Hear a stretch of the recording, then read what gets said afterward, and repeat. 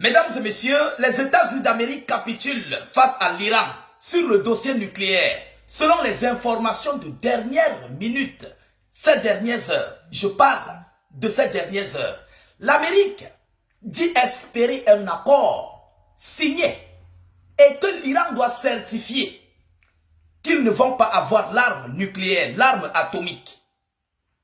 C'est ce que M. J. Vance vient de déclarer ces dernières heures. Il dit que voilà la question la plus difficile pour eux. Et il veut que l'Iran certifie qu'ils n'auront pas l'arme nucléaire. Ce sont les mêmes Américains, hier, qui disaient qu'ils doivent extraire l'uranium poussière iranien, le transporter aux États-Unis d'Amérique, ou encore doit être détruite par les Iraniens eux-mêmes, sous coordination et supervision de Washington et de l'AIEA. Mais aujourd'hui, M. J. Vance sort le contraire des déclarations anciennes, passées, de Donald Trump, des États-Unis d'Amérique. Mesdames et messieurs, on appelle ça de la capitulation. Mais, je veux d'abord vous dire une chose. Le dernier accord que Donald Trump avait déchiré incessamment, avant que l'Iran ne prenne les décisions de retirer les agents de l'AIEA de son territoire, qu'est-ce que cet accord stipulait? Qu'est-ce que cet accord parlait? De quoi est-ce que l'accord la parlait?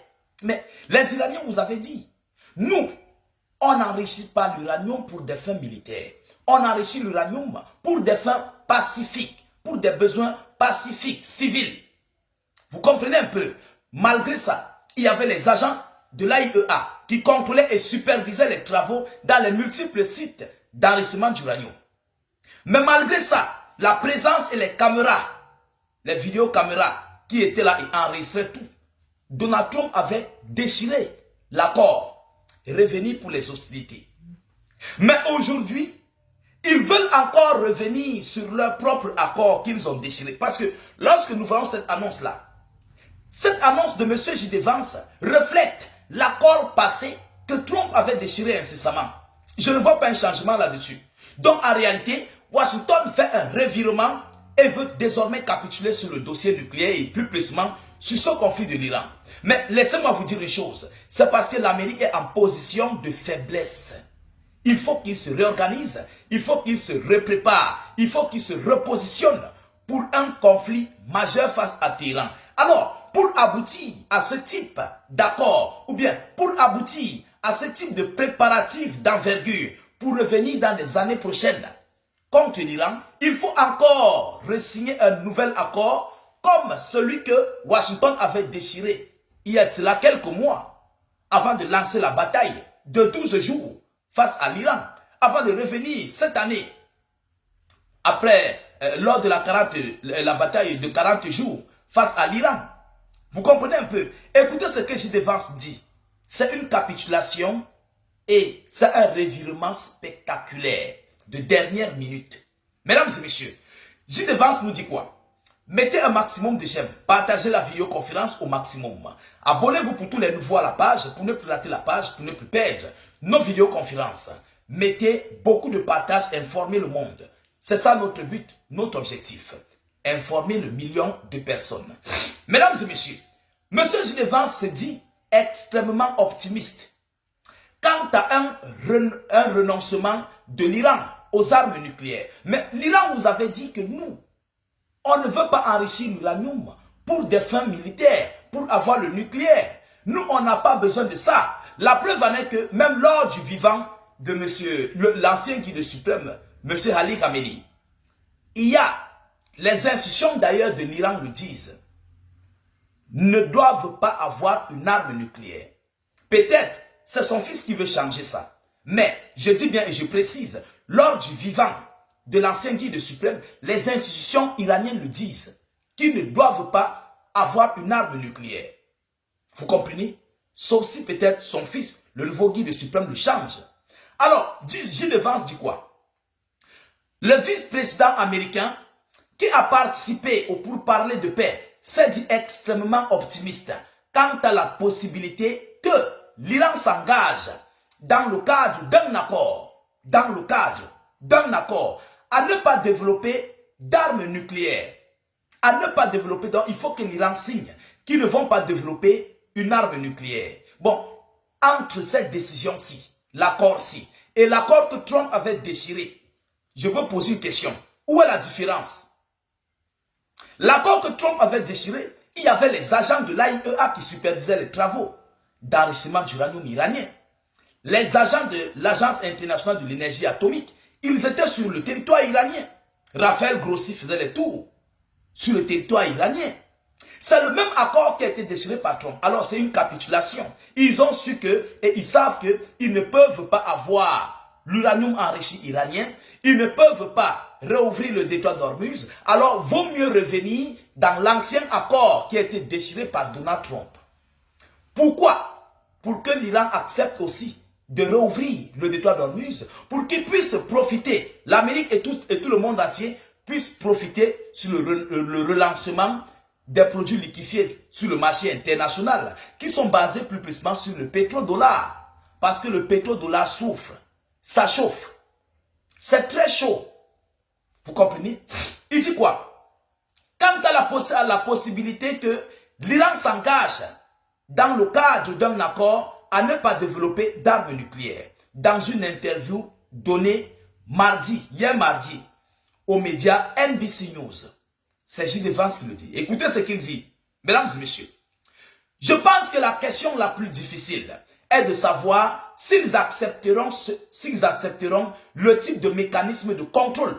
Écoutez, le type de mécanisme de contrôle et de vérification qui nous donnera l'assurance qu'ils ne violeront pas l'accord à l'avenir, a ajouté J.D. Vance.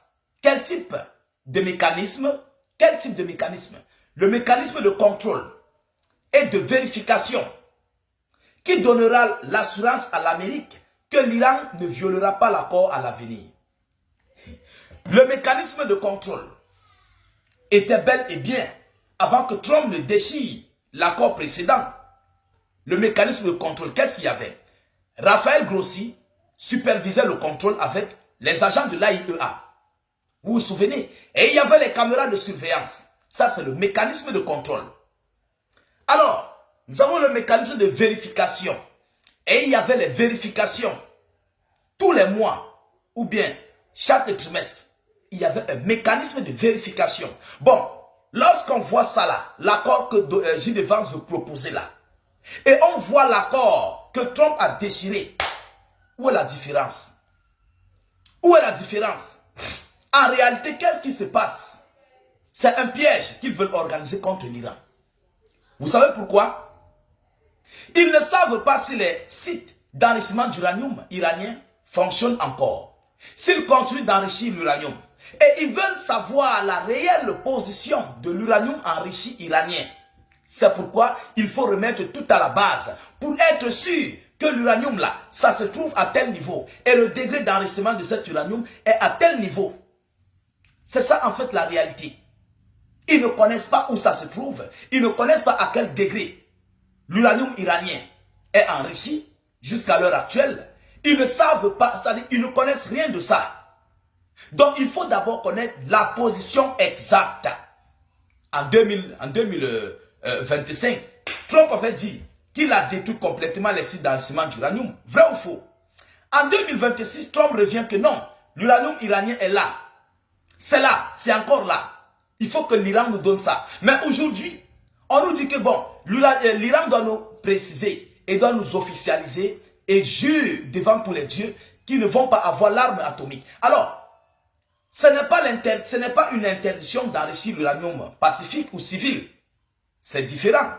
L'Iran pourrait bel et bien enrichir l'uranium, mais ils doivent signer dans l'accord qu'ils ne vont pas avoir l'arme nucléaire. Donc, ce qui veut dire ne pas enrichir l'uranium pour des fins militaires, mais fins civiles, il y en aura. Et ça serait avec la supervision, le contrôle total de l'AIEA. C'est la capitulation. Ils reviennent eux-mêmes sur leurs dernières informations, sur leur dernier accord que Donald Trump avait déchiré. Mais je doute fort que l'Iran acceptera ça. L'Iran n'acceptera jamais ça. Travailler encore avec l'AIEA, qui prend les informations, qui remet à l'Amérique, qui remet aux adversaires des États-Unis d'Amérique, c'est impossible. Je dis, c'est impossible.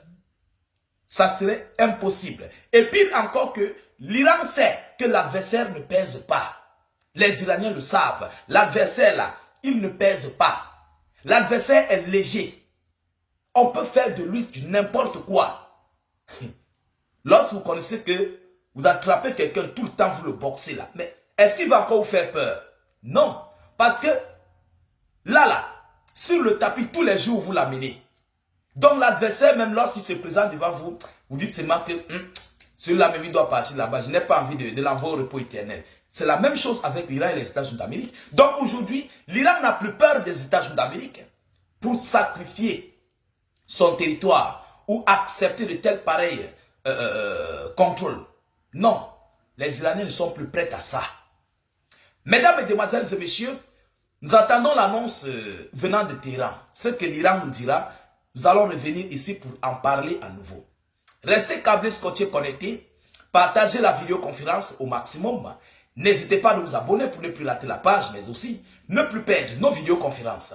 Je vous reviens tout à l'heure pour une prochaine série d'informations. Soyez encore salués une fois de plus. Ciao, ciao.